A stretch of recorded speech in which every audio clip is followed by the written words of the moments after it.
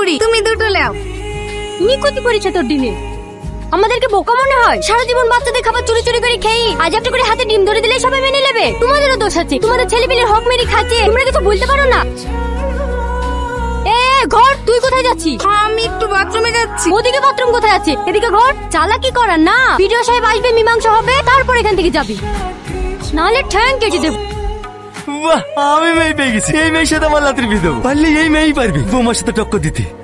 জমি রেস্টি হয়ে গেল? হ্যাঁ বৌমা, হয়ে গেল। খুব ভালো করেছেন। যাকে জমি রেস্টি করে দিয়েছে কাল থেকে তার কাছেই খাবেন। আমি আর আপনাকে ভাত দিতে পারবো না। ঠিক আছে বৌমা, তোমাকে আর আমাদের এই কষ্ট করে রান্না করতে হবে না। আমার মেয়ে দেখা হয়ে গেছে, সামনে শুক্রবারে রিয়াজের বিয়ে দিলে আসছি। কি পেঁয়াজের বিয়ে দিয়েছেন? হ্যাঁ। আর ও বলে সে থাকবে কোথায়? কেন, বাড়িতে?